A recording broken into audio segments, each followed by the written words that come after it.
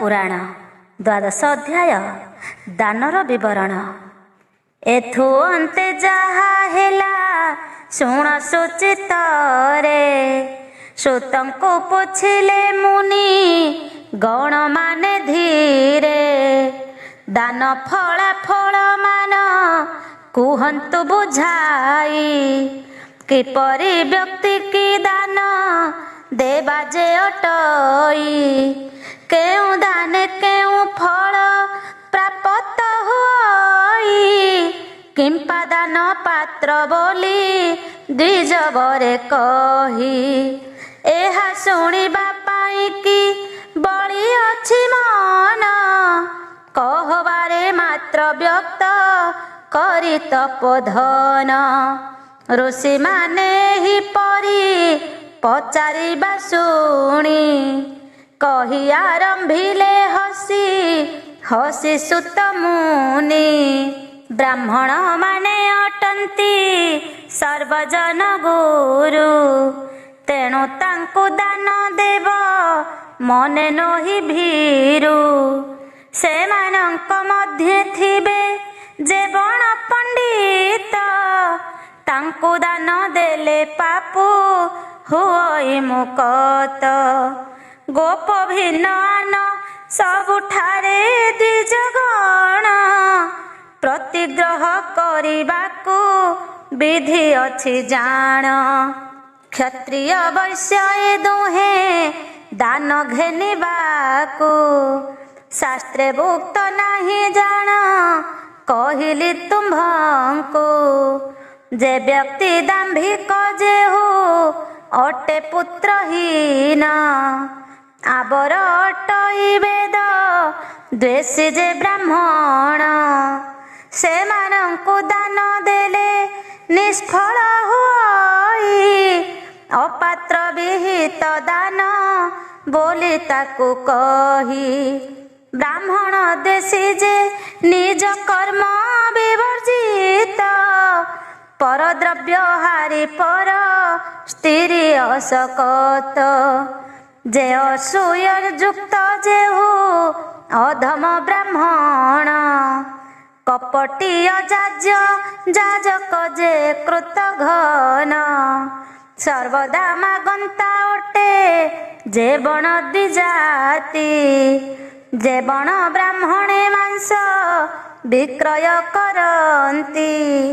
सठ हिंस्रक जे वेद विक्रय कारक, स्त्री बिक्री धर्म बिक्री करे जे मूर्ख।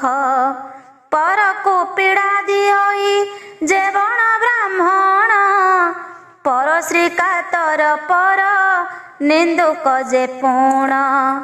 एमानंकु दान देले फल नाही किछि, दान धर्म शास्त्रे उक्त होइअछि।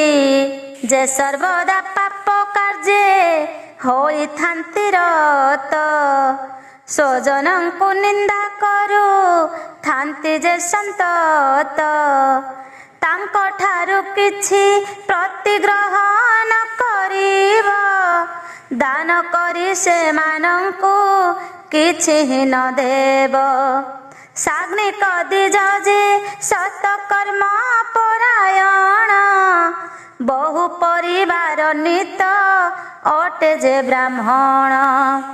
दरिद्र आवर वृत्ति हीन जे अटंती, श्रौत स्नात कर्म जेहु करुथिबे नीति।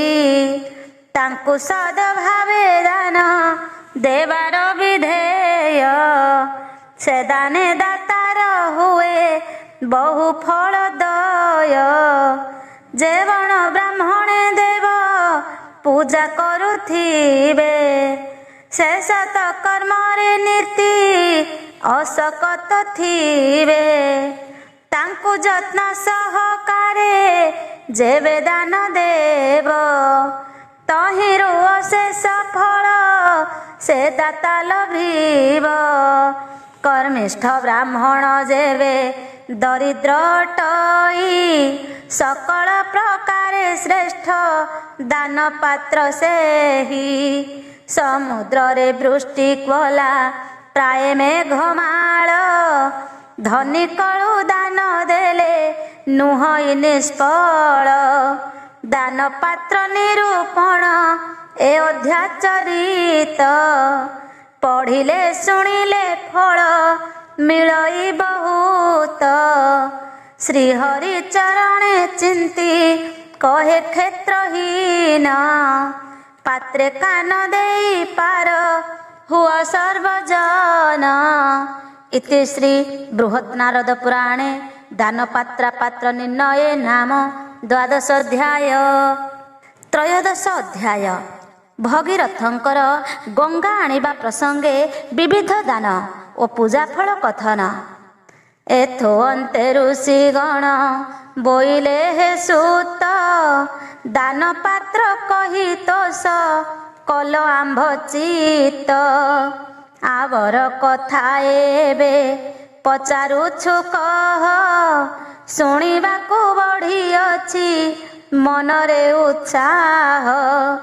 ପୂର୍ବ କାଳରେ ଭଗୀ ରଥ ଦଣ୍ଡଧାରୀ। ଗଙ୍ଗାଙ୍କର ମହିମାକୁ ଜାଣିଲେ କିପରି। କି ପ୍ରକାରେ ଆଣିଥିଲେ ଗଙ୍ଗାଙ୍କୁ ସେ ନୃପ। ତା କହି ଛଡ଼ାଅ ଆମ୍ଭ ଶରୀରରୁ ପାପ। ଏହା ଶୁଣି ସୁତ ବୋଇଲେ ହେ ଋଷିଗଣ। ଯାହା ମୋତେ ପଚାରିଲ ତା କହୁଛି ଶୁଣ। ଉତ୍ତମ ବିଷୟ ଗୋଟି ଶୁଣିବା ସକାଶେ। ବାସନା ଜନମି ଆଜି ତୁମ୍ଭର ମାନସେ। ଗଙ୍ଗାଙ୍କ ମହିମା ଶୁଣି ବାକୁ ଯାର ମନ। ଉତ୍ସୁକ ହୋଇ ଧନ୍ୟ ଅଟେ ତା ଜୀବନ। ଗଙ୍ଗାଙ୍କ ମହିମା ଶୁଣଇ ଯେ କର୍ଣ୍ଣ ପଥେ। ତାହାକୁ ପରମ ଗତି ଲାଭ ହୁଏ ଅନ୍ତେ। ଆପଣମାନଙ୍କ ଅଗ୍ରତରେ ଏବେ ମୁହିଁ ସେ ଦିବ୍ୟ ଚରିତ ଶୁଣ କହୁଛି ବୁଝାଇ। ପୂର୍ବ କାଳେ ଦେବ ଋଷି ମହାତ୍ମା ନାରଦ। କହିଥିଲେ ସନତ କୁମାରକୁ ଯେ ସମ୍ପାଦ। ମୁଁ ଏବେ କହୁଛି ସେହି ପବିତ୍ର ଆଖ୍ୟାନ। ଶୁଣିଲେ ସକଳ ପାପ ହୋଇବ ଦହନ। ବ୍ରହ୍ମ ହତ୍ୟାକାରୀ ଏହା ଶୁଣିଲେ ଶ୍ରବଣେ। ପବିତ୍ର ହୋଇବ ତାର ଶରୀର ତକ୍ଷଣେ। ସଗର ରାଜାର ବଂଶଧର ଭଗୀରଥ। ଗଙ୍ଗାଙ୍କୁ ଆଣିଲେ ମର୍ତ୍ୟ ପୁରକୁ ଯେ ମନ୍ତ। କାହା ଉପଦେଶରେ ସେ କଲେ ଏଡ଼େ କଥା। ତା ମଧ୍ୟ କହିବି ସର୍ବେ ଶୁଣ ସେ ବାରତା। ଭଗୀରଥ ଜାତ ହୋଇ ସଗର ବଂଶରେ। ସସାଗରା ଧରା ମାନ ପାଳିଲେ ହର୍ଷରେ। ଅତି ସତ୍ୟ ପରାୟଣ ଧର୍ମେ ଥାଏ ମତି। ବେଦ ବିଧାନରେ ଯଜ୍ଞ କଲେ ନରପତି। ଦୟା ଗୁଣ ସମାନ କେ ନଥିଲା ତାହାଙ୍କୁ। ଆଦର କରନ୍ତି ଯହିଁ ଦେଖନ୍ତି ସାଧୁଙ୍କୁ। କାମ ଦେବତାଙ୍କୁ ସରି ନୁହେଁ ସୁନ୍ଦରରେ। ନ୍ୟାୟ ପରାୟଣ ଶାନ୍ତ ଧୀର ସେ ସତ୍ୟରେ। ଧର୍ମ ତୁଲ୍ୟ ସାକ୍ଷାତରେ ଅଟନ୍ତି ସେ ଜାଣ। ମେରୁ ତାକୁ ଧର୍ମ ଗୁଣେ ନୁହେଁ ସମଜାଣ। ସର୍ବସ ଲକ୍ଷଣ ଯୁକ୍ତ ନ୍ୟାୟବାନ ବ୍ୟକ୍ତି। ଭୟରେ ଶତ୍ରୁଏ ସଦା ତଟସ୍ଥ ହୁଅନ୍ତି। ସକଳ ପ୍ରକାର ଐଶ୍ୱର୍ଯ୍ୟ ସେ ଭୂଷିତ। ସବୁରି ଆନନ୍ଦ ବୃଦ୍ଧି କରନ୍ତି ସନ୍ତତ। ଅତିଥି ସେଠାରେ ସଦା ରତ ହୋଇଥାନ୍ତି। ଷଡ଼ ଉପଚାରେ ବିଷ୍ଣୁ पूजन करन्ति सर्वगुणे अलंकृत अटन्ति जे सेहि प्राणी मानंकर हित साधन्ति सदाहि एपरि अशेष गुणे होई से भूषित प्रजा मानंकु पालन्ति से संतान व्रत एहि परकारे बहु दिन गला बही एहा परे जाहा हेला शुण मन देई से भगीरथंकु दिने देखिण मानसे धर्मराज मिली गले जाई तांक पासे ताहांकु देखिण भगीरथ नृपवर आसन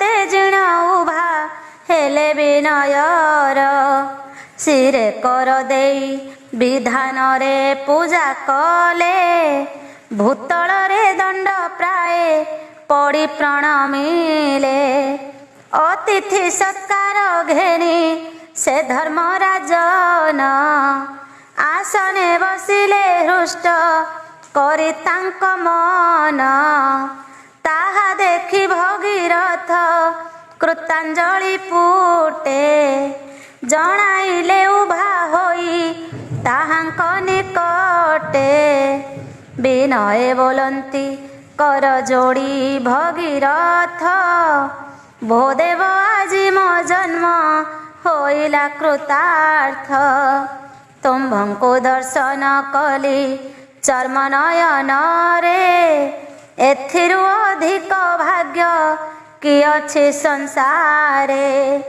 आपण देवताऊ मुअटई नर केउ उपकार बा करिबि तुम्भर हे प्रभु की आज्ञा मोते देवता कह श्रवण कले मनरु घुंचिब संदेह एपरि शुणन्ते विनय रे भगीरथ शुणी कृपा कले तांक ठारे सूर्य सूत मंदहास करी जम बोइले वचन धार्मिक मानंक मध्ये तुम्भे जे प्रधान एतिनि लोकरे तुम्भ परि जणे मात्र जेते खोजिले न मिले आहे नरनाथ तुम्भर प्रसिद्ध गुण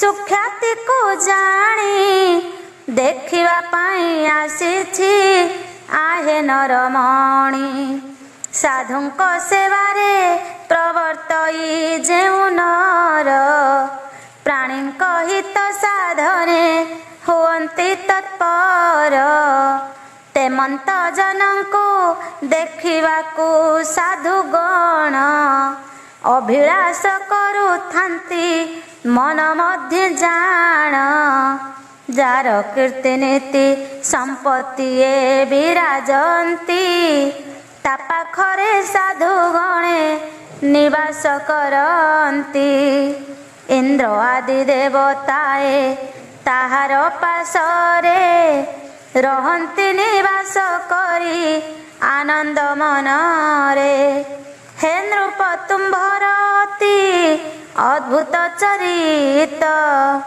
श्रवणे उल्लसी उठु अछि मम गात्र तुम्भ तुल्य सर्वजन हितकारी होई खोजिले जगतरे जणे मात्र नाही ए कारणु तुम्भंकु मु देखिबा मानसे उपस्थित होई आसी तब पासे एपरि कुहन्ते धर्म राजप्रिय वाणी कृत्य कृत्य हेले भगी रथ ताहा शुणी सिरे कर जोड़ी तांको नमस्कार कले तदंते मधुर वचन रे जणाइले आहे सुरेश्वर समदर सियापण सबु प्राणी मानंक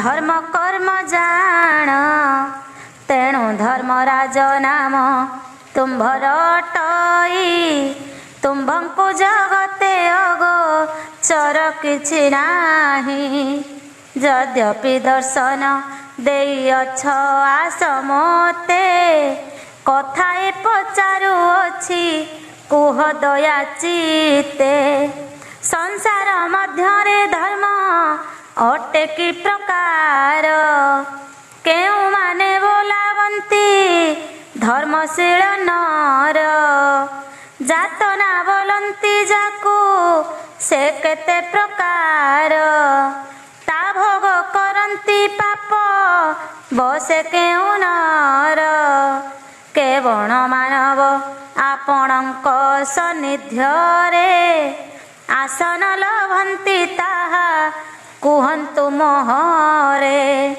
केउ माने दंडनीय हुअंती बा तही एहा मते दया चित्ते कुहंतु गोसाई एपरि पुछंती भगीरथ दंडधर बोइले ताहाकु हसी सूर्यंक कुमार साधु साधु अट तुम्भे आहे भगीरथ मोहर वंशरे जेणु होइअछ जात हित साधन करुछ प्राणी मानंकर तुम्भ सम ज्ञानवंत नाही के संसार एही कारणरु जाहा पुछा कलु मते बुझाई कहुछि तुम्भे शुण शुद्ध चित्ते जेवण कर्मरे पुण्य लाभ करे नर अटई से धर्म जान बहु प्रकार पापीଙ୍କ निमंते बहु जातना अछई आपणा कर्म दोषरे भोगुथांती सेही सते बरसरे सेही विषय सकल कही शेष न होइब आहे महिपाल ब्राह्मण मानंकु भूमि दान जे करई से दाता तहिरे महा पुण्यर जई ता मध्ये आत्मज्ञान को जेहु दिए ज्ञादान कही न हुए मुखरे तार जेते पुण्य क्षत्रिय द्विजंको जेहु अर्थदान करे ताहार महिमा कही न हुए मुखरे से दातार जेउ पुण्य फल लाभ हुए ता तुम्भଙ୍କୁ कहुअछि शुण नर राये तार पितृमातृ कूले द्विकोटि पुरुष कल्प शेष जाए विष्णु लोके पांति वास तापरे लाभ करिम साजुज्य मुक्ति विष्णुंकर पाद पंकजरे लीन होंती सागरर बाली अवा वर्षा बिंदु जल गणी कहिबाकु अछि ज्ञानींकर बल किंतु ब्राह्मणंकु वृत्ति देई जे स्थापई ता फल कहिबा शक्ति ब्रह्मा ठारे नाही स्वयं देवता स्वरूप ब्राह्मण अटंती तांकु दान देले पुण्य फल मिले अति आवर जेनेते साधे नरगण हित ताहाकु यज्ञर फल हुई प्राप्त सबु तीर्थ स्नानर जे फल मिलई विप्रंको हित साधने ताहा प्राप्त होई व्रत तप जपे जेते फल पांति नर द्विजंक हितरे ताहा मिलई सतर अधिक मुखी कहिबी ତୁମ୍ଭର ଗ୍ରତେ ବ୍ରାହ୍ମଣ ସେବାରେ ଫଳ ମାନ ମିଳେ ଯେତେ। ତଡ଼ାଗ ଖୋଳାଏ ଯେହୁ ଧନ ବ୍ୟୟ କରି କିୟବାନଙ୍କୁ କହି କରାଏ ଯେପରି। ଶତ ଶତ ବରଷର ପୁଣ୍ୟ ଫଳ ତାର ବ୍ୟକ୍ତ କରି କହିବାକୁ ଶକ୍ତି ନାହିଁ କାର। ତଡ଼ାଗ ଖୋଳିବା ବ୍ୟକ୍ତି ଜୀବନାନ୍ତେ ଜାଣ ବିଷ୍ଣୁଙ୍କ ଆଳୟେ ବାସ କରେ ଆନନ୍ଦେଣ। କଳ୍ପ ଶେଷ ପର୍ଯ୍ୟନ୍ତେ ବହୁ ଲୋକେ ଥାଏ ତଦନ୍ତେ ଶ୍ରୀ ବିଷ୍ଣୁ ଶରୀରରେ ଲୀନ ହୁଏ। ସେ ଦେହି କରଇ ତଡ଼ାଗରୁ ଜଳପାନ ତାହାର ସକଳ ପାପ ହୁଅଇ ମୋଚନ। ହେ ନୃପ ସନ୍ଦେହ ନାହିଁ ତିଳେ ହେଥିରେ କହିଲି ଯଥାର୍ଥ ଭାବେ ତୁମ୍ଭ ଗ୍ରତରେ। ଦେବଣ ବ୍ୟକତି ଭୂତଳରେ କଦିନ ରକ୍ଷା କରେ ଜଳ ପିଇବାକୁ ଜୀବଗଣ। ସେ ସକଳ ପାତ କରୁ ନିସ୍ତାର ଲଭଇ ସତେ ବର୍ଷ ସ୍ୱର୍ଗପୁରେ ବାସ କରେ ଯାଇ। ନିଜ ସାଧ୍ୟ ଅନୁସାରେ ଯେବଣ ମାନବ ତଡ଼ାଗ ଖୋଳିବା ପାଇଁ ଉଦ୍ୟମ କରିବ। କିୟ ବା ଉପାୟ ଉଦ୍ଭାବନ ଯେବେ କରେ ତଡ଼ାଗ କର୍ତ୍ତାର ପୁଣ୍ୟ ଭଲେ ସେ ତହିଁରେ। ତିଳାର୍ଧ ପ୍ରମାଣେ ମାଟି ତଡ଼ାଗରୁ ଯେହୁ ବାହାର କରଇ ମହା ପୁଣ୍ୟ ପାଏ ସେହୁ। କୋଟି କୋଟି ପାତ କରୁ ମୁକତ ହୋଇ ସେ 50 ବର୍ଷ ଯାଏ ସୁରପୁରେ ବସେ। ଶିବ ବିଷ୍ଣୁ ମନ୍ଦିର ଯେ ପ୍ରତିଷ୍ଠା କରଇ ତାର ଯେଉଁ ପୁଣ୍ୟ ହୁଏ ଶୁଣ କହୁଥାଇ। ସେ ମାତୃ କୂଳରୁ ଲକ୍ଷେ କୋଟି ପୁରୁଷଙ୍କୁ ସଙ୍ଗତରେ ଘେନି ଯାଏ ବୈକୁଣ୍ଠପୁରକୁ। 3 କଳ୍ପ ଯାଏ ସେହିଠାରେ ବସିଥାଏ ତଦନ୍ତେ ବିଷ୍ଣୁଙ୍କ ଶରୀରରେ ଲୀନ ହୁଏ। କାଷ୍ଠରେ ମନ୍ଦିର କଲେ ଫଳ 2 ଗୁଣ ଇଷ୍ଟକା ମନ୍ଦିରେ ଲଭ୍ୟ ହୁଏ 3 ଗୁଣ। ପୁସ୍ତର ମନ୍ଦିରେ 4 ଗୁଣ ଫଳ ମିଳେ। ସ୍ଫଟିକରେ 10 ଗୁଣ ଲାଭ ହୁଏ ଭଲେ। ତାମ୍ରରେ ମନ୍ଦିର ତୋଳାଇଲେ 7 ଗୁଣ ସୁବର୍ଣ୍ଣରେ 1 ଗୁଣ ଫଳ ମିଳେ ଜାଣ। ଗ୍ରାମ ତଡ଼ାଗ ଯେ ଦେବାଳୟ ଯେହୁ ପାଳେ କର୍ତ୍ତା ଠାରୁ 7 ଗୁଣେ ଫଳ ତାକୁ ମିଳେ। ଏ ସକଳ ଧର୍ମ କଥା ଶୁଣିବାକୁ ଯେହୁ ଇଚ୍ଛା କରେ ବହୁ ପୁଣ୍ୟ ଫଳ ପାଏ ସେହୁ। ଅନ୍ତକାଳେ ବିଷ୍ଣୁଙ୍କର ପୁରେ ବିହରଇ ଚିରକାଳ ଯାଏ ଭୋଗ ଭୁଞ୍ଜୁଥାଏ ତହିଁ। ସମ୍ପତ୍ତି ନଥାଇ ପୂର୍ବ ଭକ୍ତି ଧର୍ମ ମାନ ଯେବଣ ବ୍ୟକତି କରି ପାରେ ସମ୍ପାଦନ।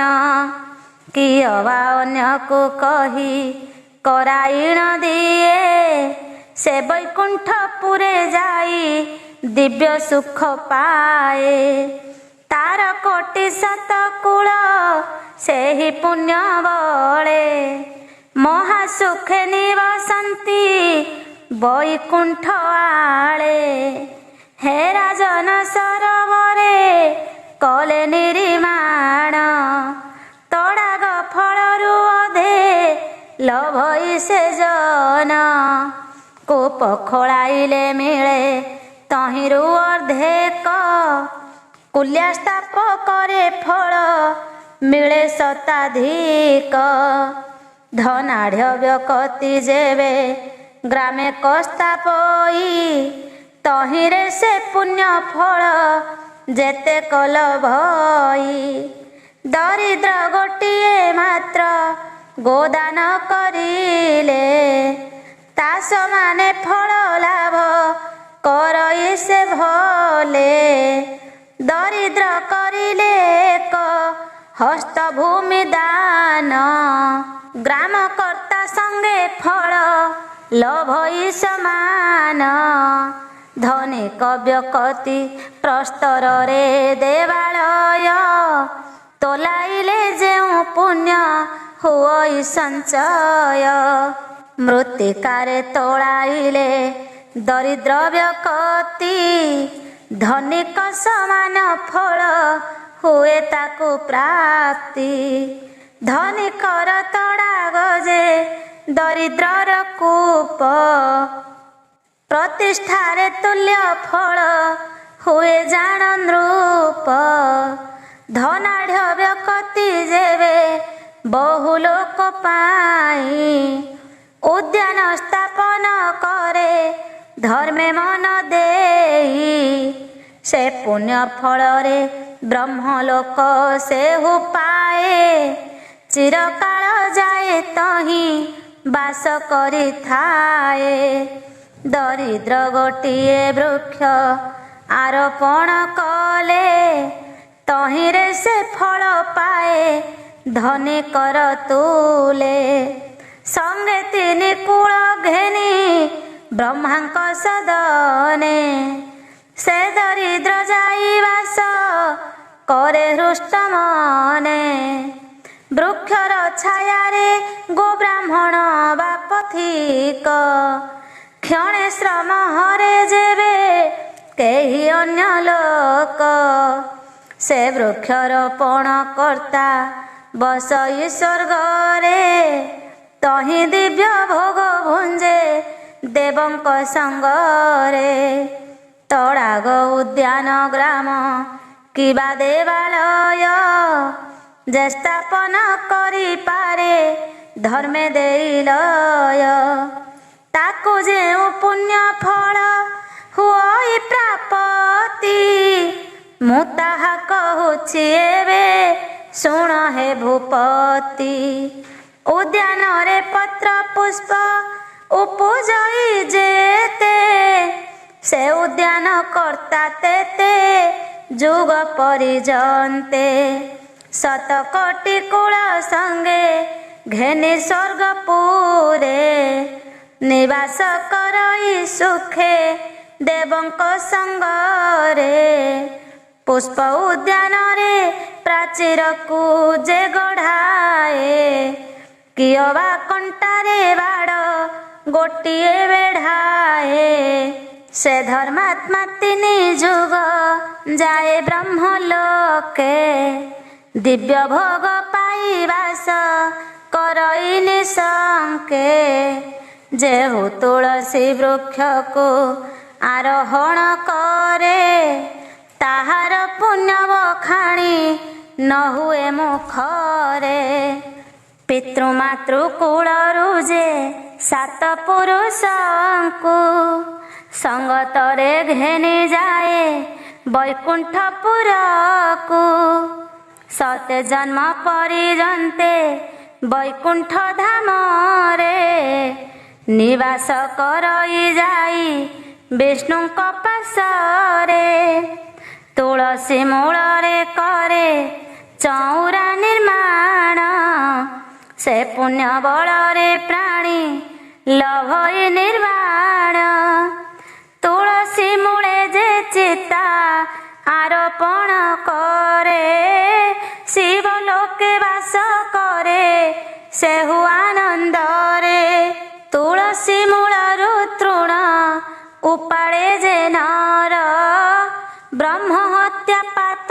କରୁ ପାଏ ସେ ନିସ୍ତାର ତୁଳସୀ ମୂଳରେ ଜଳ ପ୍ରୀତି ସେ ଫଳରେ ବୈକୁଣ୍ଠ ପ୍ରାପ୍ତ ହୁଅନ୍ତି। ଚନ୍ଦ୍ର ସୂର୍ଯ୍ୟ ଗ୍ରହ ତାରା ଥିବା ପରିଜନ୍ତେ ବିଷ୍ଣୁଙ୍କ ସଙ୍ଗରେ ବାସ କରେ ସେ ନିଶ୍ଚିନ୍ତେ। ତୁଳସୀ ବୃକ୍ଷରୁ ତୋଳି କୋମଳ ପତ୍ରକୁ ଦେବଣ ବ୍ୟକତି ଦାନ କରେ ବ୍ରାହ୍ମଣଙ୍କୁ। ସେ ତିନି କୂଳକୁ ଘେନି ବିଷ୍ଣୁ ଲୋକେ ଯାଏ ଯୁଗ ଶେଷ ପରିଜନ୍ତେ ସେଠାବରେ ଥାଏ। ଯେ ତୁଳସୀ କାଷ୍ଠମାଳ ଗଳାରେ ଲମ୍ବାଇ କର୍ଣ୍ଣରେ ପୁଣି ତୁଳସୀ ମଞ୍ଜରୀ ଖୋସଇ କୌଣସି ପାତକ ତାର ଅଙ୍ଗେ ଯେ ନ ରହେ ବିଷ୍ଣୁ ଜନ ମାନଙ୍କର ସଙ୍ଗେ ସରି ହୁଏ। ହେ ରାଜନ ପ୍ରାଚୀର ବା କଣ୍ଟକରେ ବାଡ଼ ତୁଳସୀକୁ ଘେରାଇ ଯେ କରିପାରେ ଦୃଢ଼। ତହିଁରେ ତାହାର ଯେତେ ପୁଣ୍ୟ ଲାଭ ହୁଏ କହିବା ତୁମ୍ଭ ଗ୍ରତେ ଶୁଣ ତାହାରାଏ।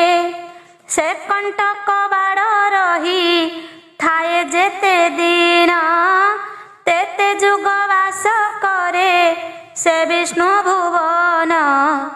ସେ କଣ୍ଟକ ଦାତା କୂଳ ତ୍ରୟର ସହିତ ବ୍ରହ୍ମଲୋକେ ବାସ କରେ ହୋଇଣ ନିଶ୍ଚିତ। ତୁଳସୀ ମୂଳେ ପ୍ରାଚୀର ବେଢ଼ାଏ ଯେ ନର ବିଷ୍ଣୁଙ୍କ ସାରୂପ୍ୟ ପ୍ରାପ୍ୟ ହୋଇ ଶେଷର। ତାର ତିନି କୂଳ ତାହା ସହ ମୁକ୍ତ ହୁଅନ୍ତି ଏଥକୁ ମନେ ସଂଶୟ ନ କର ନୃପତି। କୋମଳ ତୁଳସୀ ପତ୍ର ଦେଇ ଯେଉଁ ଜନ ବିଷ୍ଣୁଙ୍କ ଭୟ ପାଦ କରଇ ବନ୍ଦନ ସେ ବ୍ରହ୍ମଲୋକରେ ଯାଇ ସୁଖେ ବାସ କରେ। ତହିଁରୁ କେବେ ପତନ ନ ହୁଏ ତାହାରେ। ଦ୍ୱାଦଶୀ ତିଥି ଅଥବା ପୂର୍ଣ୍ଣମୀ ବାସରେ ବିଷ୍ଣୁ ପ୍ରତିମାକୁ ଯେହୁ ଦୁଗ୍ଧେ ସ୍ନାନ କରେ ଆବର ତୁଳସୀ ଜଳେ କରାଏ ଭୂଷଣ। ବିଷ୍ଣୁଙ୍କ ସାଜୁଜ୍ୟ ସେହୁ ଲାଭ କରେ ଜାଣ। ତା ସଙ୍ଗେ ସକଳ ବଂଶ ମୁକ୍ତ ହନ୍ତି ତାର ସଂସାରେ ନ ଜନ୍ମେ ଆଉ ସେହୁ ପୁନର୍ବାର। ଦ୍ୱାଦଶୀର ଘୃତ ପ୍ରସ୍ତେ ଘେନି ଯେଉଁ ଜନ କରାଏ ତହିଁରେ ବିଷ୍ଣୁ ପ୍ରତିମା ସ୍ନାନ। ସେ କୋଟି କୂଳକୁ ଘେନି ସାଜୁଜ୍ୟ ମୁକତି ଲାଭ କରେ ନିଶ୍ଚୟ ଜାଣ ହେ ଭୂପତି। ଏକାଦଶୀ ଦିନ ପଞ୍ଚାମୃତ ଘେନି କରେ ସ୍ନାନ କରାଏ ଯେହୁ ବିଷ୍ଣୁଙ୍କ ସ୍ନେହରେ। ସେ ପୁଣ୍ୟାତ୍ମା ତାର ସହ କୁଟୁମ୍ବ ସହିତ ବିଷ୍ଣୁଙ୍କ ଦର୍ଶନ ଲଭି ହୁଅନ୍ତି ମୁକତ। ଏକାଦଶୀ ଦ୍ୱାଦଶୀ କିବା ପୂର୍ଣ୍ଣିମାରେ ଯେ ସ୍ନାନ କରାଏ ନାରୀ କେଳ ଉଦକରେ ଶତ ଜନ୍ମାର୍ଜିତ ପାତ କରୁ ମୁକ୍ତ ହୋଇ ଆନନ୍ଦରେ ବାସ କରେ ବୈକୁଣ୍ଠରେ ଯାଇ। ତା ସଙ୍ଗେ ସମସ୍ତ କୂଳ ଉଦ୍ଧରନ୍ତି ତାର ଏଥକୁ ମନରେ ତୁମ୍ଭେ ସଂଶୟ ନ କର। ଇକ୍ଷୁର ସେ ଦେବ ଦେବ କେଶବଙ୍କୁ ସ୍ନାନ କରାଇଲେ ବିଷ୍ଣୁ ଲୋକ ଲାଭ କରେ ଜନ। ପୁଷ୍ପୋଦକ ବା ଗଙ୍ଗୋଦକ ଘେନି କରେ ବିଷ୍ଣୁଙ୍କୁ ଯେହୁ ସ୍ନାନ କରାଏ ଭକ୍ତିରେ। ତାହାର ପୁଣ୍ୟ ଜୀବନ କହି ନ ହୁଅଇ, ସଂକ୍ଷେପରେ କହୁଅଛି ଶୁଣ ମନ ଦେଇ। ସେ ଜନ ସ୍ୱର୍ଗପୁରରେ ହୋଇ ଅଧୀଶ୍ୱର, ଏକ ଯୁଗ ଭୋଗ କରେ ସମ୍ପଦ ଇନ୍ଦ୍ରର। ବସ୍ତ୍ରପୂତ ଜଳରେ ଯେ ସ୍ନାନ କରାଏ, ସେ ପାପରୁ ମୁକ୍ତି ଲଭି ସ୍ୱର୍ଗପୁରେ ଯାଏ। 7 ବର୍ଷ ପର୍ଯ୍ୟନ୍ତେ ସ୍ୱର୍ଗେ କରେ ବାସ, ତାପରେ ମର୍ତ୍ତ୍ୟରେ ଆସି ହୁଅଇ ପ୍ରକାଶ। ସକଳ ଜନରେ ସେହୁ ପୂଜିତ ହୁଅଇ, ରାଜା ହୋଇ କରି ବହୁ ସମ୍ପଦ ଲଭଇ। ସୂର୍ଯ୍ୟଗ୍ରହଣରେ ଭଗବାନଙ୍କୁ ଯେ ନୀତି, ସ୍ନାନ କରେ ଗୋଷ୍ଠୀରେ ହୋଇ ତ ସମତି। ସେ 14 ପୁରୁଷଙ୍କୁ ଘେନି ସଙ୍ଗତରେ, ନିବାସ କରଇ ଯାଇ ଶ୍ରୀ ବିଷ୍ଣୁ ଆଳରେ। ଶୁକ୍ଳ ପକ୍ଷ ଏକାଦଶୀ, ଦ୍ୱାଦଶୀ ଅଷ୍ଟମୀ, ଚତୁର୍ଦଶୀ ପୂର୍ଣ୍ଣିମା ବା ଦ୍ୱାଦଶୀ ଅଷ୍ଟମୀ। ଚନ୍ଦ୍ର ସୂର୍ଯ୍ୟ ଗ୍ରହଣର ତୁଲେ ରବିବାର, ଯୁଗାଧି ବୈଧୃତି ବ୍ୟତି ପାତ ମନନ୍ତର। ଗଜ ଛାୟା ତିଥି ପୁଣି ଅର୍ଦ୍ଧୋଦୟ ଯୋଗ, ସୂର୍ଯ୍ୟ ସଙ୍ଗେ ପୁଷ୍ୟା ହସ୍ତା ରୋହିଣୀ ସଂଯୋଗ। ଶନିଙ୍କ ସହିତେ ଯୋଗ ଅଶ୍ୱିନୀ ରୋହିଣୀ, ଭୃଗୁପାତ ଯୋଗର୍କ ବୈଧୃତି ପୁଣି। ଅନୁରାଧା ଯୋଗ ହେଲେ ବୁଧ ସହିତରେ, ଶ୍ରବଣାର ଯୋଗ ଇନ୍ଦ୍ର ସୂର୍ଯ୍ୟଙ୍କ ସଙ୍ଗରେ। ହସ୍ତା ନକ୍ଷତ୍ରରେ ସ୍ଥିତି ହେଲେ ବୃହସ୍ପତି, ବୁଧାଷ୍ଟମୀ ଯୋଗ ବା ଭୃଗୁ ରେବତୀ। ଯେଉଁ ବ୍ୟକ୍ତି ଏହି ସବୁ ଯୋଗ ମାନଙ୍କରେ, ବିଷ୍ଣୁଙ୍କୁ କରାଏ ସ୍ନାନ ଘୃତ ବା ଦୁଗ୍ଧରେ। ତାହାର ସୁପୁଣ୍ୟ ମୁଖେ ବରଣୀ ନ ହୁଏ, ଅନ୍ତକାଳେ ବିଷ୍ଣୁ ଲୋକେ ଯାଇ ଆଶ୍ରା ପାଏ। ଏକାଦଶ ପୁରୁଷଙ୍କୁ ଘେନି ସଙ୍ଗତରେ, ନିର୍ବାଣ ମୁକତି ସେହୁ ଲଭଇ ଅତିରେ। ଆଶରା କରଇ ସଦା ଶ୍ରୀପାଦ ପଦ୍ମକୁ, ପୁନରପି ନ ଆସଇ ଆଉ ମରତକୁ। କୃଷ୍ଣ ଚତୁର୍ଦଶୀ ତିଥି ସୋମବାର ଦିନ, ଶିବଙ୍କୁ ଗୋକ୍ଷୀର ସେହୁ କରାଏ ସ୍ନାନ। ସକଳ ପାତକ ତାର ଅଙ୍ଗୁ ଦୂର ହୁଏ, ଶିବଙ୍କ ସାଜୁଜ୍ୟ ମୁକ୍ତି ପ୍ରାପତ ଯେ ହୁଏ। ସୋମବାର ଯୁକ୍ତ ଶୁକ୍ଳ ଅଷ୍ଟମୀ ତିଥିରେ, ନାରିକେଳ ଜଳେ ସେହୁ ଶିବ ସ୍ନାନ କରେ। କୃଷ୍ଣ ଚତୁର୍ଦଶୀ ଅଷ୍ଟମୀରେ ଯେଉଁ ଜନ, ଘୃତ ମଧ୍ୟରେ ଶିବଙ୍କୁ କରାଏ ସ୍ନାନ।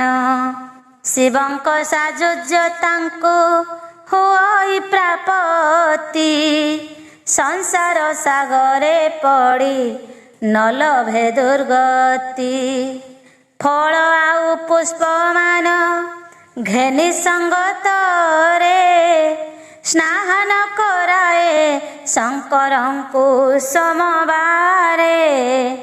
ଗିରିଜାପତି ତାଠାରେ ସନ୍ତୋଷ ହୁଅନ୍ତି, 7 କଳ୍ପ ଯାଏ ସେହୁ ଲଭନ୍ତି ମୁକତି। ଶିବଙ୍କୁ ଆଦର କେଶ ବଙ୍କୁ ଯେଉଁ ଜନ, ତିଳ ଜାତ ତୈଳରେ କରାଏ ସ୍ନାନ। ମୁକତି ସେହୁ ନିଶ୍ଚୟ ଲଭଇ ତିନି କୂଳକୁ ସଂସାର ଉଦ୍ଧାର କରଇ ଇକ୍ଷୁର ସେ ଯେ ବିଷ୍ଣୁଙ୍କୁ କରାଏ ସ୍ନାନ ଶିବଙ୍କ ଲୋକରେ ବାସ करे ସେହି ଜନ ଘୃତ ଗୋଦଗ୍ଧରେ ଶିବଲିଙ୍ଗ ଯେ ପୂଜଇ ତା ସମାନ ଭାଗ୍ୟବନ୍ତ ଜଗତେ କେ ନାହିଁ ମୁକତ ହୁଅଇ ସାତ ଜନ୍ମ ପାପୁ ସେହି ସାଜୁଜ୍ୟ ମୁକତି ପରି ଶେଷରେ ଲଭଇ ଆବର ଦ୍ୱାଦଶୀ ତୀର୍ଥେ ଯେଉଁ ଭକ୍ତ ଜନ ଗୋକ୍ଷୀରେ କରାଏ ନାରାୟଣଙ୍କ ସ୍ନାନ ଅୟୁତେ ଜନ୍ମ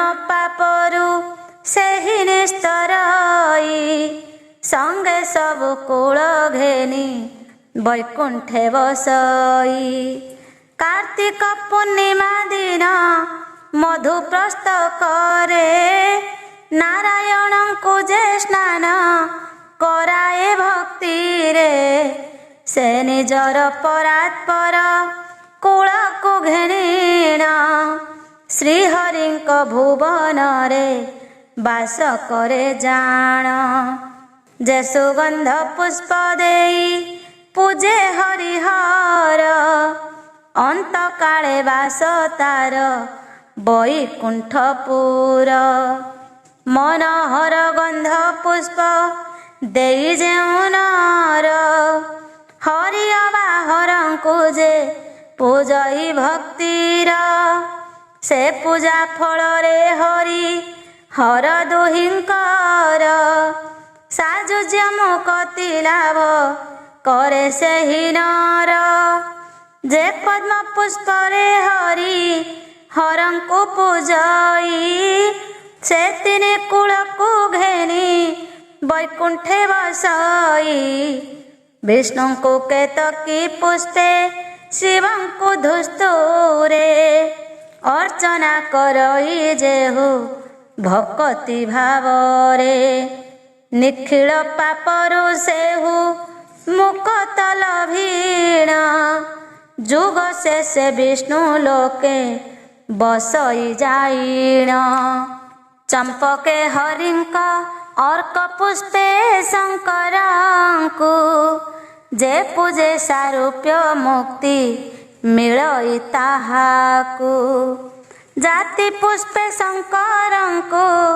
ଯେ ପୂଜା କରଇ ତାଙ୍କୁ ଶିବ ଲୋକେ ବାସ ଦିଅନ୍ତି ଉମା ସାଇ କେଶବଙ୍କୁ ପୂଜା କଲେ ବନ୍ଧୁକ ପୁଷ୍ପରେ ପାପ ତାପ ନାଶୀ ପ୍ରାଣୀ ବସେ ବୈକୁଣ୍ଠରେ କାକଳ ପୁଷ୍ପରେ ଯେହୁ ବିଷ୍ଣୁ ପୂଜା କରେ ସାରୂପ୍ୟ ମୁକତ ତାକୁ ମିଳଇ ଅଚିରେ ରୁଦ୍ର ପୁଷ୍ପେ ଶିବଙ୍କୁ ଯେ ଅର୍ଚ୍ଚନା କରଇ ଶିବଙ୍କ ସାରୂପ୍ୟ ସେହି ଜନ ଯେ ଲଭଇ ସମୀ କୁସୁମରେ ପୂଜା करे हरिहर सकल अभीष्ट पूर्ण करई ठाकुर चतुर्दशी दिन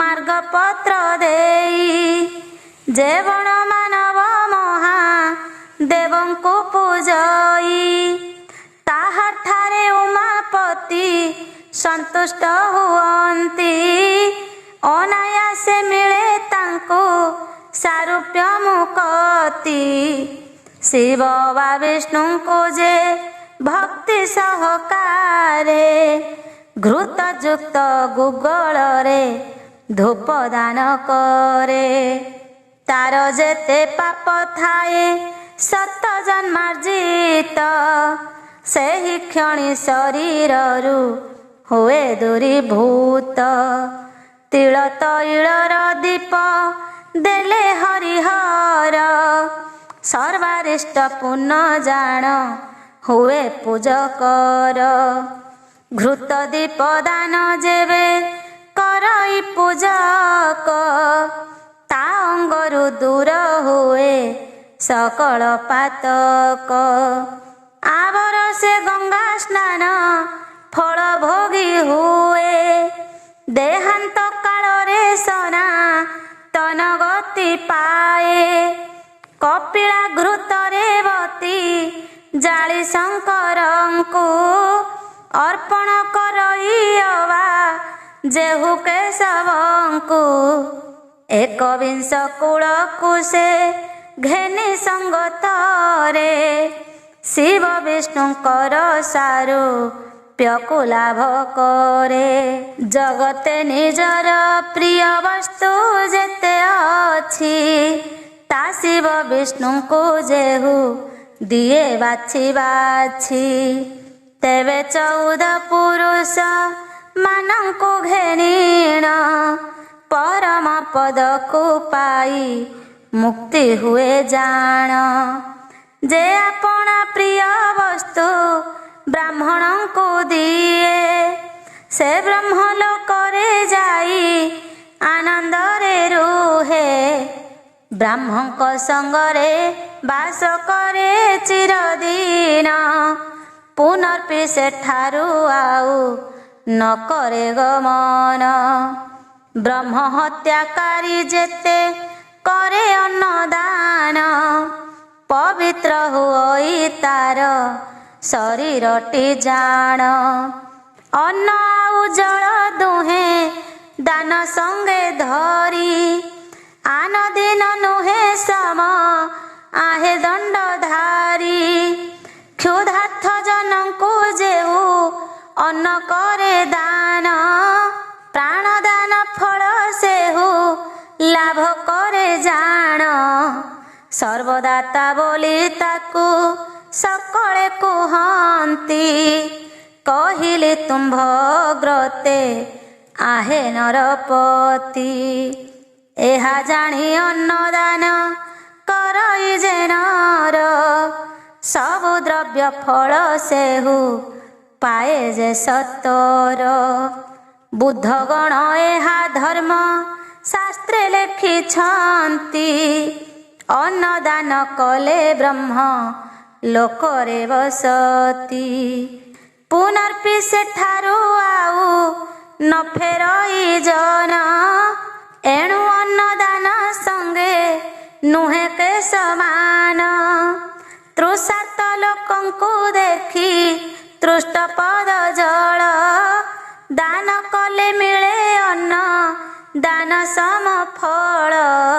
ମହାପାପୀ ହେଉ ଅବା ଉପପାପୀ ହେଉ, ଅନ୍ନ ଜଳ ଦାନ କଲେ ମୁକ୍ତ ହୁଏ ସେହୁ। ତାହାକୁ ପଣ୍ଡିତ ଗଣେ ପ୍ରଶଂସା କରନ୍ତି, ଜୀବନାନ୍ତେ ବୈକୁଣ୍ଠରେ ବସେ ସେ ସମ୍ପ୍ରତି। ଶରୀର ହୋଇଛି ଜାତ ଅଗ୍ନି ମଧ୍ୟ ଜାଣ, ଅନ୍ନ ଲାଗି ଧରିଛନ୍ତି ପ୍ରାଣ ପ୍ରାଣୀ ଗଣ। ଏ କାରଣୁ ଅନ୍ନଦାନ କରେ ଯେଉଁ ବ୍ୟକ୍ତି, ପ୍ରାଣଦାନ ବୋଲି ତାକୁ ସକଳେ କୁହନ୍ତି। ଅନ୍ନରେ ସନ୍ତୋଷ ଜାତ ହୁଅଇ ତତ୍କାଳେ, ତେଣୁ ଅନ୍ନଦାନ ଫଳେ ସର୍ବାଭୀଷ୍ଟ ମିଳେ। ନିରୂପଣ କରିଛନ୍ତି ଶାସ୍ତ୍ରେ ବୁଦ୍ଧଗଣ, ଅନ୍ନଦାନ ସଙ୍ଗେ ଆନ ନୁହେଁ କେ ସମାନ। ଯେ ଅନ୍ନ ଦିଅଇ ତାର ସହସ୍ର ପୁରୁଷ, ନରକ ନ ଦେଖି ସ୍ୱର୍ଗେ କରନ୍ତି ଆବାସ। ତାହାଠାରୁ ଶ୍ରେଷ୍ଠ ଦାତା ଜଗତେ କେ ନାହିଁ, ପ୍ରଶଂସା କରନ୍ତି ତାଙ୍କୁ ବୁଦ୍ଧ ଗଣେ ତହିଁ। ଭୋରାଜନ ଏହା ଜାଣି ଅନ୍ନଦାନ କର, ତହିଁରେ ଅପାର ପୁଣ୍ୟ ହୋଇବ ତୁମ୍ଭର। ଭକ୍ତି ସହକାରେ ଅତିଥିଙ୍କୁ ଯେ ମାନବ ସତ୍କାର କରି ସନ୍ତୋଷରେ ଅନ୍ନ ଦେବ। ମୁକ୍ତି ଲାଭ କରିବ ସେ ଜାଣ ହେ ରାଜନ, ଅନ୍ୟଥା ନୁହଁ ଏହା ଶାସ୍ତ୍ରର ବଚନ। ଯେଉଁ ଗୃହୀ ଅତିଥିର ବେନି ଚରଣରେ ତୈଳ ଲେପି ମରଦନ କରଇ ଭକ୍ତିରେ, ସେ ଗଙ୍ଗାଦି ସବୁ ତୀର୍ଥ ଫଳ ପ୍ରାପ୍ତ ହୁଏ। ଦେହାନ୍ତେ ମୁକ୍ତ ହୋଇ ବୈକୁଣ୍ଠକୁ ପାଏ। ବ୍ରାହ୍ମଣ ମାନଙ୍କୁ ତୈଳ ଭଙ୍ଗ କରାଇଲେ 7 ବର୍ଷ କୃତ ଗଙ୍ଗା ସ୍ନାନ ଫଳ ମିଳେ। ଯେ ରକ୍ଷା କରଇ ରୋଗ ଗ୍ରସ୍ତ ବ୍ରାହ୍ମଣଙ୍କୁ, କୋଟି କୂଳ ଘେନି ଯାଏ ସେ ବ୍ରହ୍ମଲୋକକୁ। ଏକମାତ୍ର ରୋଗଗ୍ରସ୍ତ ମନୁଷ୍ୟକୁ ଯେହୁ ରକ୍ଷା କରେ ମହାପୁଣ୍ୟ ଅରଜଇ ସେହୁ। ସ୍ୱୟଂ ହରି ପରିତୃପ୍ତ ହୋଇ ତାହା ପ୍ରତି ସକଳ ଅଭୀଷ୍ଟ ତାକୁ ପ୍ରଦାନ କରନ୍ତି। ଯେ ବଣ ବ୍ୟକ୍ତି କାୟ ମନ ବା ବାକ୍ୟରେ ପୀଡ଼ିତ ଜନଙ୍କୁ ରକ୍ଷା କରଇ ସତରେ, ସେ ନିଷ୍ପାପୀ ହୋଇ ଲାଭ କରେ ମୋକ୍ଷ ପଦ। ଅଚିରେ ମିଳଇ ତାକୁ ସରଗ ସମ୍ପଦ। ବ୍ରାହ୍ମଣ ମାନଙ୍କୁ ଦାନ କଲେ ବାସସ୍ଥାନ, ବିଷ୍ଣୁ ଆଦି ଦେବ ଗଣେ ହୁଅନ୍ତି ପ୍ରସନ୍ନ। ବେଦଜ୍ଞ ବିପ୍ରଙ୍କୁ ଦୁଗ୍ଧବତୀ ଧେନୁ ଦେଲେ, ସେ ଫଳରେ ବିଷ୍ଣୁ ଲୋକ ଲାଭ ହୁଏ ହେଳେ। ପରମ ସୁଖରେ ସେ ଥାଏ ଚିରଦିନ, ପୁନର୍ପି ନ କରେ ଆଉ ଜନମ ଗ୍ରହଣ। ବେଦ ଜାଣିଥିବା ବ୍ରାହ୍ମଣଙ୍କୁ ଯେଉଁ ନର ଧେନୁ ଦାନ କରେ ଡାକି ଆନନ୍ଦ ମନର, ସକଳ ପାପରୁ ସେହି ମୁକ୍ତ ଲଭଇ। ଅନ୍ତେ ଶିବଙ୍କ ଚରଣେ ଆଶ୍ରୟ ଲଭଇ। ଅଧ୍ୟାତ୍ମ ଜ୍ଞାନକୁ ଜାଣିଥାନ୍ତି ଯେଉଁ ନର, ତାହାଙ୍କ ଗୁଣ ବାକିସ କହିବି ମୁଖର।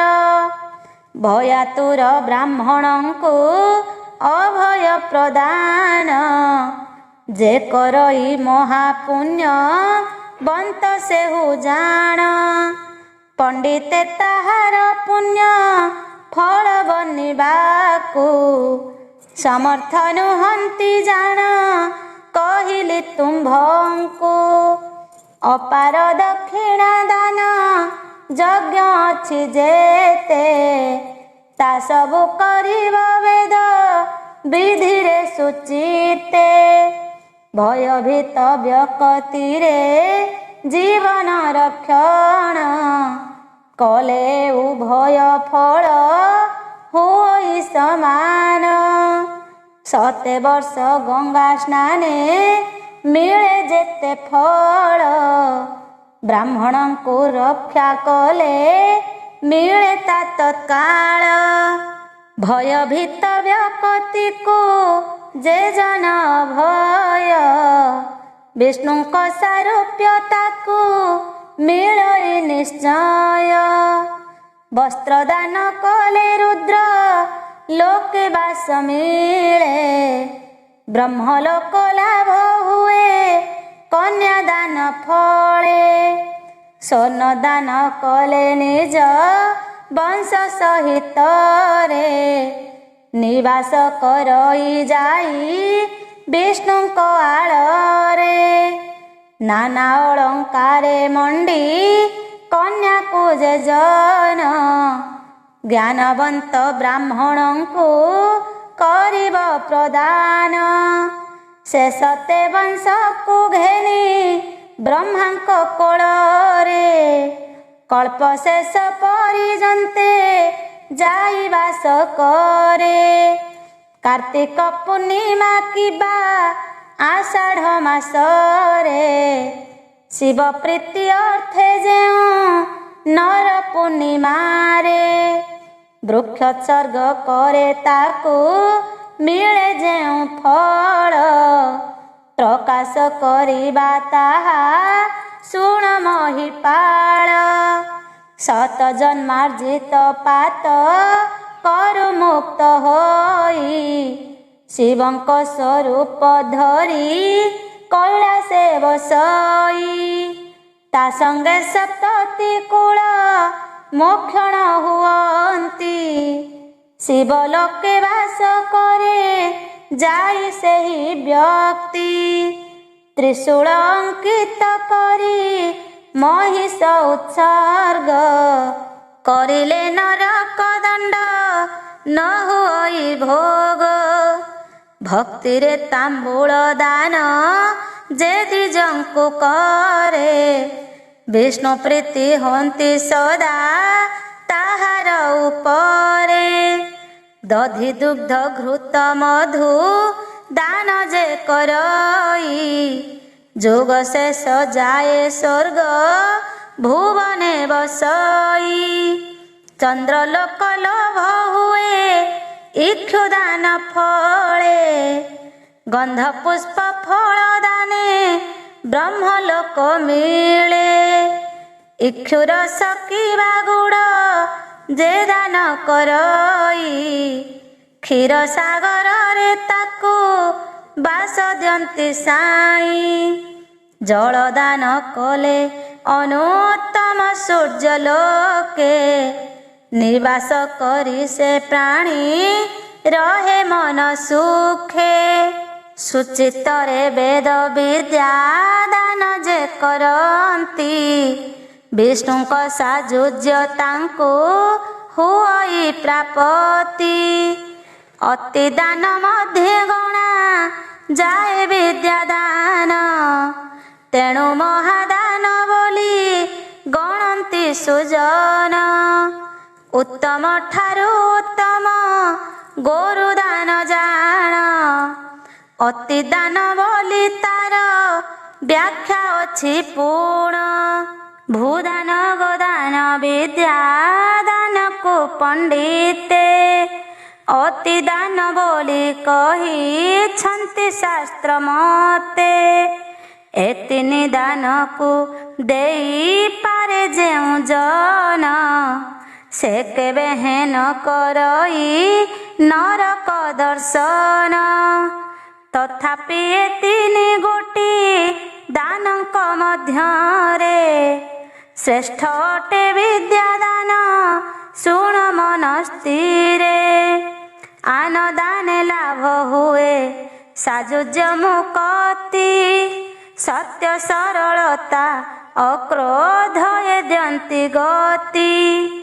ଧାନ୍ୟ ଦାନ କଲେ ପାପ ଯେତେ ଥାଏ ତାହା ସବୁ ଶରୀରରୁ ଦୂର ହୋଇଯାଏ।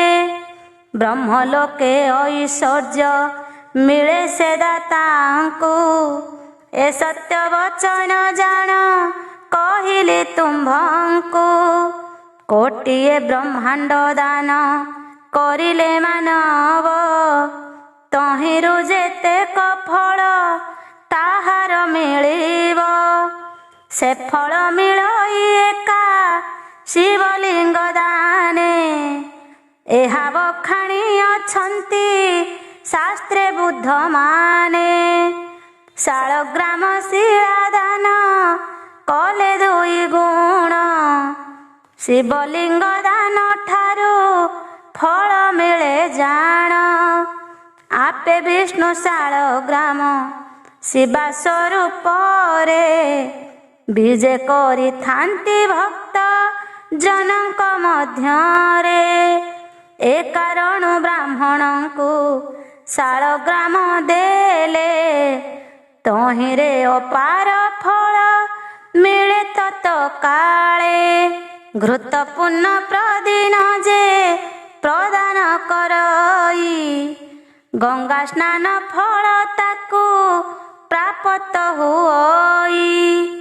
ରତ୍ନଯୁକ୍ତ ସ୍ୱର୍ଣ୍ଣ ଦେଲେ ମିଳେ ଦିବ୍ୟ ଗତି, ମହାଦାନ ମଧ୍ୟ ତାକୁ ଗଣନା କରନ୍ତି। ମାଣିକ ଦାନରେ ମୋକ୍ଷ ପଦ ଲାଭ ହୁଏ, ଯେହୁ ହୀରା ଦିଏ ସେହୁ ବିଦ୍ୟ ଲୋକ ପାଏ।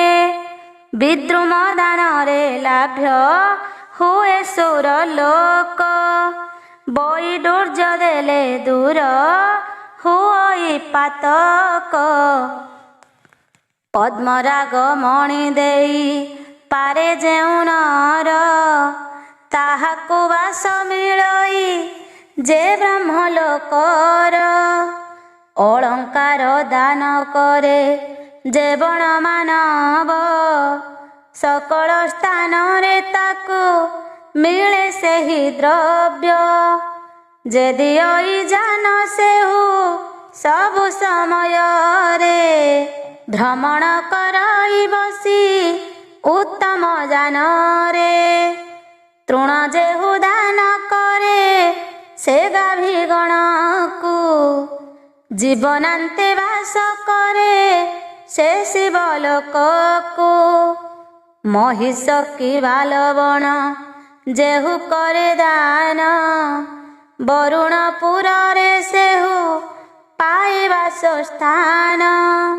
ଯେ ନିଜ ଆଶ୍ରମ ଚିତ୍ତ ଆଚାର ନିରତ, କର୍ତ୍ତବ୍ୟ ପାଳନେ ହୋଇ ଥାନ୍ତି ଯତ୍ନବତ। ଦମ୍ଭ ସହିତରେ ଅସୂୟାକୁ ଛାଡ଼ିଥାଏ, ସେ ବ୍ରହ୍ମଲୋକକୁ ପାଇ ମହାସୁଖେ ରହେ। ଯେଉଁମାନେ ସଂସାରର ଲୋକଙ୍କୁ ସନ୍ତତେ, ସତ ଉପଦେଶ ଦେଇ ଥାନ୍ତି ତ ସଚିତେ। ଯାହାଙ୍କ ଅଙ୍ଗରେ ତିଳେ ପାତକ ନଥାଏ, ଶ୍ରୀହରି ଭୁବନେ ବାସ କରନ୍ତି ସୁଖେ। ଆବର ତାହାଙ୍କୁ ବ୍ରହ୍ମ ଲୋକ ହୁଏ ପ୍ରାପ୍ତି, ପୁନଶ୍ଚ ସଂସାରେ ଆଉ ଜନ୍ମ ନ ଲଭନ୍ତି। ପରନିନ୍ଦା ବିମୁଖ ଯେ ପ୍ରାଣୀ ହିତେ ରତ, ସାଧୁ ସଙ୍ଗତରେ ହେଉଥାନ୍ତି ଆନନ୍ଦିତ। ସେମାନଙ୍କୁ ଜମାଳୟ ନୁହଁଇ ଦର୍ଶନ, ଇହ ପର ଦୁଇରେ ସେ ସୁଖୀ ଅଟେ ଜାଣ। ପର ସ୍ତ୍ରୀ ହରଣେ ଚିତ୍ତ ଥାଏ ଯାହାଙ୍କର, ସାଧୁଙ୍କ ସେବାରେ ମନ ନଥାଏ ଯାହାର। କିନ୍ତୁ ଗୁରୁ ବ୍ରାହ୍ମଣଙ୍କ ସେବା ସେହୁ କଲେ, ଯମଲୋକ ଦର୍ଶନ ନ କରନ୍ତି ହେଳେ। ଜିତେନ୍ଦ୍ରିୟ ଜିତହାର ହୋଇ ଯେଉଁ କାଳେ, ଗୋବ୍ରାହ୍ମଣ ହିତେ ରତ ଥାନ୍ତି ସବୁ କାଳେ। ତାହାଙ୍କୁ ପରମ ପଦ ହୁଅଇ ପ୍ରାପତି, ଆପେ ମୁକ୍ତ ହୋଇ ସପ୍ତ କୂଳକୁ ତାରନ୍ତି। ଗୁରୁ ଅଗ୍ନିଜ୍ୟୋତି ଗଣଙ୍କୁ ଯେ ସେବା କରେ, ସେ ପଡ଼ଇ ନାହିଁ କେବେ ଯମଯାତନାରେ। ନିରନ୍ତର ଦେବାର୍ଚ୍ଚନେ ଗତ ଯେଉଁମାନେ, ହରିନାମ ଜପନ୍ତି ଯେ ସଦା ଶୁଦ୍ଧ ମନେ। କାହାଠାରୁ କିଛି ପରିଗ୍ରହ ନ କରନ୍ତି, ତାହାଙ୍କୁ ପରମ ପଦ ହୁଅଇ ପ୍ରାପତି। ଅନାଥ ବ୍ରାହ୍ମଣ ମୁକ୍ତ ହେଲେ ତାଙ୍କୁ ଯେହୁ, ଦାହ କରେ ଅଶ୍ୱମେଧ ଫଳ ପାଏ ସେହୁ। ଅପୂଜ୍ୟ ଶିବଲିଙ୍ଗକୁ ଯେହୁ ଭକ୍ତି ଭରେ, ଫଳ ପୁଷ୍ପ ମାନ ଦେଇ ଯତ୍ନେ ପୂଜା କରେ। କୋଟି ଅଶ୍ୱମେଧ ଫଳ ଲୋଭଇ ଯେ ନର, ସଂସାରେ ଜନ୍ମିବା ତାର ଅଟଇ ଯେ ସାର।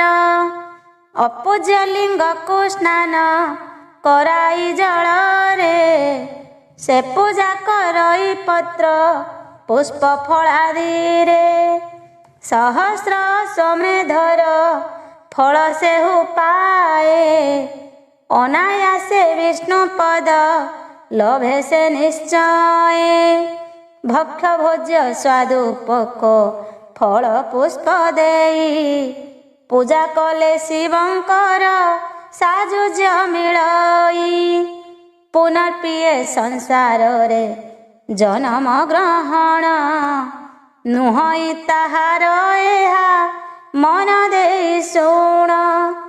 ପୂଜା ନ ପାଇଣ ବିଷ୍ଣୁ ଲୋକେ ରହିଥିବେ, ତାଙ୍କୁ ପୂଜା କଲେ ଯେଉଁ ଫଳ ସେହୁ ଦେବେ। ତା କହିବା ତୁମ୍ଭ ଅଗ୍ରତରେ ତଥ୍ୟ କରି, ଶ୍ରବଣ କର ରାଜନ ମନ କନ ଡେରି। ଯେ ବଣ ବିଧିରେ ପୂଜା କଲେ ଯେଉଁ ଫଳ, ପ୍ରକାଶି କହିବା ତାହା ଶୁଣ ମହିପାଳ। ଯେ ବ୍ୟକ୍ତି କେବଳ ଜଳ ଦେଇ ପୂଜା କରେ, ଶପଥ କୂଳ ସେ ଜନ ନିଶ୍ଚୟ ଉଦ୍ଧାରେ। ଜଳ ପୁଷ୍ପ ପତ୍ର ଫଳ ଦେଇ ପୂଜା କରେ, ବିଷ୍ଣୁଙ୍କ ସାରୂପ୍ୟ ଲାଭ କରଇ ଯେ ହେଳେ। ଭକ୍ଷ ଭୋଜ୍ୟ ଦେଇ ପୂଜା କରିପାରେ ଯେହୁ, ଅୟୁତେ କୂଳକୁ ସଙ୍ଗତରେ ଘେନି ସେହୁ। ମୁଖ୍ୟ ପଦ ପାଇ ଭବ ସାଗରୁ ନିସ୍ତରେ, ପୁନର୍ପି ନ ପଡ଼େ ଆଉ ସେହି ତମ ଘୋରେ। ଭଗ୍ନ ଶିବଲିଙ୍ଗ ତଥା ଭଗ୍ନ ବିଷ୍ଣୁ ମୂର୍ତ୍ତି, ପୁନର୍ପି ସଂସାର ହେତୁ କରାଇ ପାରନ୍ତି। ଭଗ୍ନ ଶିବଲିଙ୍ଗ ତଥା ଭଗ୍ନ ବିଷ୍ଣୁ ମୂର୍ତ୍ତି, ପୁନର୍ପି ସଂସ୍କାର ଯେହୁ କରାଇ ପାରନ୍ତି। ଭଗ୍ନ ହୋଇଥିଲେ ଶିବ ବିଷ୍ଣୁଙ୍କ ମନ୍ଦିର, ଯେ ତାକୁ କରାଇ ପାରେ ପୁନର୍ପି ସଂସ୍କାର। ତା ସମାନ ସଂସାରରେ ଭାଗ୍ୟବନ୍ତ ନାହିଁ, ଆପେ ମୁଖ୍ୟ ହୋଇ ତିନି କୂଳକୁ ତାରଇ। ଅଳ୍ପ କାଳ ପର୍ଯ୍ୟନ୍ତେ ବୈକୁଣ୍ଠ ଭୁବନେ, ବାସ କରି ମୁଖ୍ୟ ପଦ ଲଭନ୍ତି ସୁଜାଣେ। ଦେବାଳୟ ସମାର୍ଜନ କଲେ ଯେତେ ଫଳ, ତା ମଧ୍ୟ କହିବା ଏବେ ଶୁଣ ମହିପାଳ। ଯେତେ ଧୂଳି କଣା ମାର୍ଜିତ ସେ କରିଥାଏ, ସେତେ କଳ୍ପ ଯାଏ ବିଷ୍ଣୁ ଲୋକବାସ ପାଏ। ଗୋଚର୍ମ ସେଚନ ପମ ଜଳ ଧରି କରେ, ଯେ ବିଷ୍ଣୁ ମନ୍ଦିର ଧୌତ କରଇ ତହିଁରେ। ସେ ଜଳେ ବାଲୁକା ଜଳେ ଦ୍ରବୀଭୂତ ହୁଏ, ତେତେ ଜନ୍ମ ପାପରୁ ସେ ନିସ୍ତାରଣ ପାଏ।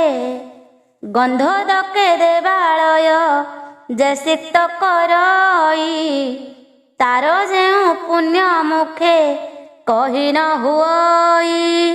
ଯେତେ ଧୂଳି ମାନ ଲାଗି ଥାଏ ତାହା ଠାରେ, ତେତେ କଳ୍ପ ବସଇ ସେ ବୈକୁଣ୍ଠପୁରେ। ଧାତୁରେ ଅଥବା ମୃତ୍ତିକାରେ ଯେଉଁ ଜନ, ସଯତ୍ନେ ନିର୍ମାଣ କରେ ଦେବତାୟତନ।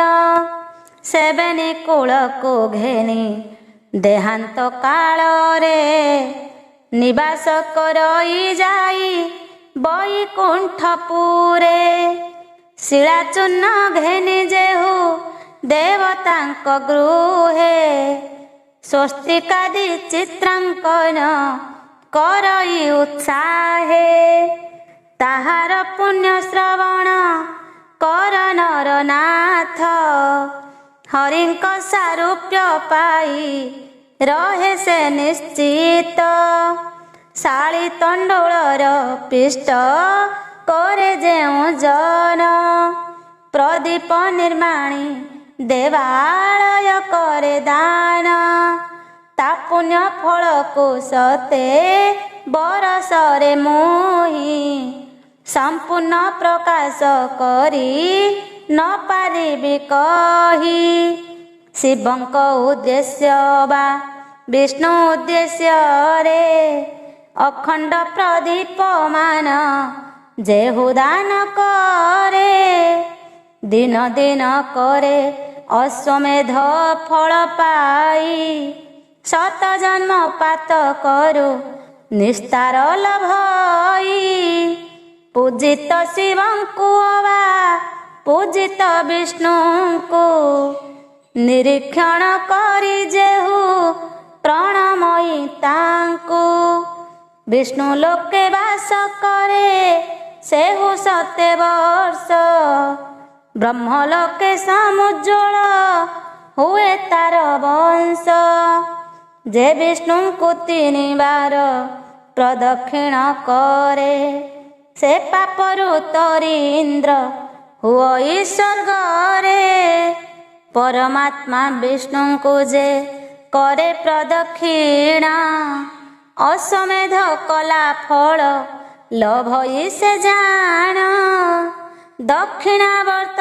जीवामा वर्त विधान रे शंकरଙ୍କୁ प्रदक्षिण कले भक्ति रे जेउ पुण्य फल लाभ हुए सुण नृप एक बारे छाड़ी जाए ब्रह्म हत्या पाप 2 बार प्रदक्षिणे राजत्व मिलई 3 बारे चंद्रंकर संपद को पाई प्रदक्षिण कला बेले शिवଙ୍କୁ मानव असंजत होई सोम सूत्र को लंघिब अकर्तव्य अटे सोम सूत्र लंघिबार लंघिले हुई अप राध गुरुतर स्तुतिवाद कले नारा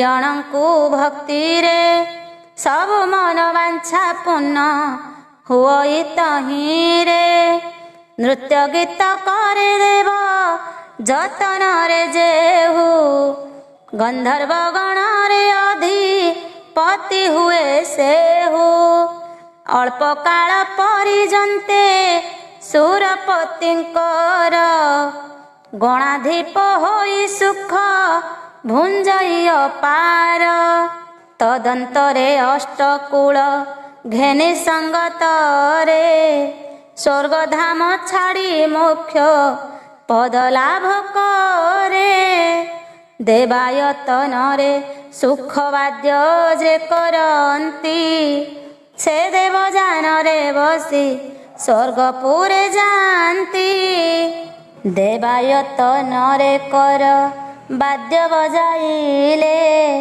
सकल पापरु प्राणी तरी जाए भले घंटा ध्वनि करई जे देवता मंदिरे ता पुण्य फल को बनी मु कहि न पारे गोमय जल रे लिपई जे देवालय विमानाधिपति पद पाए से निश्चय से सुधा लेपन करी पारे देव गृहे तार पुण्य फल वचन रे कहि नहे पटह मृदंग भेरी डिंडिम विषाण एमानंकु आदि नाना वाद्य बजाइण देवादि देवंकु तुष्ट कले जेउ फल मिलई कहिबा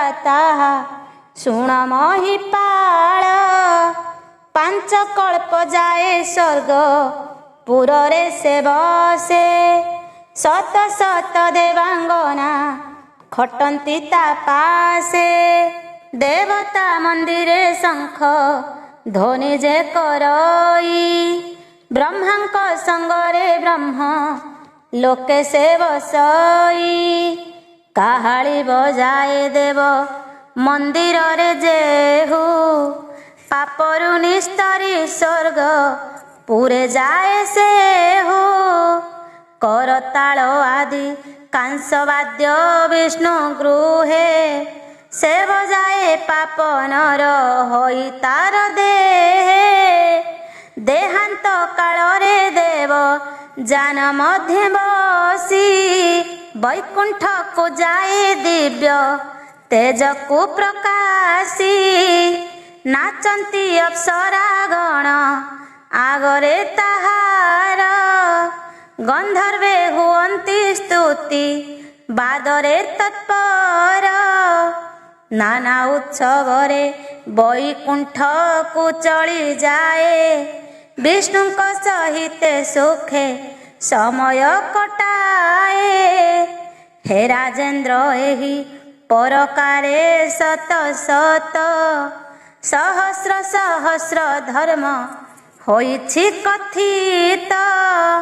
ଏହାଠାରୁ ବଳି ମହା ଧର୍ମ ଅଛି ଯେତେ ଗୋଟି ଗୋଟି କରି ତାହା କହିବି ମୁଁ କେତେ।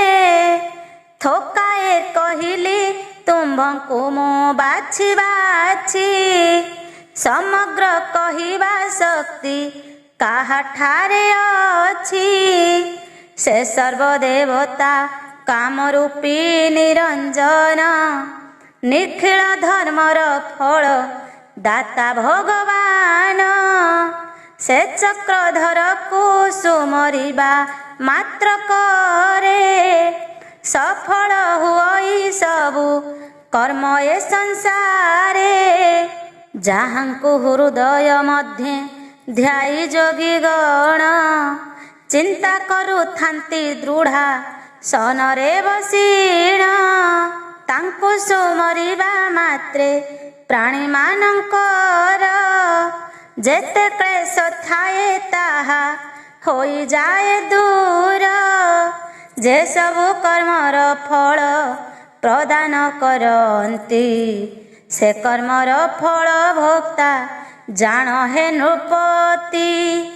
ଯେଉଁ ବିଷ୍ଣୁ ଭିନ୍ନ କିଛି ନାହିଁ ଏ ଜଗତେ କହେ କ୍ଷେତ୍ରବାସୀ ତାଙ୍କୁ ଭଜ ହୃଦଗତେ। ଇତି ଶ୍ରୀ ବୃହତ୍ ନାରଦ ପୁରାଣେ ଭଗୀରଥ ଗଙ୍ଗା ଆୟନ ପ୍ରସଙ୍ଗେ। इति श्री बृहत् नारद पुराणे भगीरथ गंगा आनयन प्रसंगे विविध दान और पूजा फल कथनम नाम त्रयोदश अध्याय।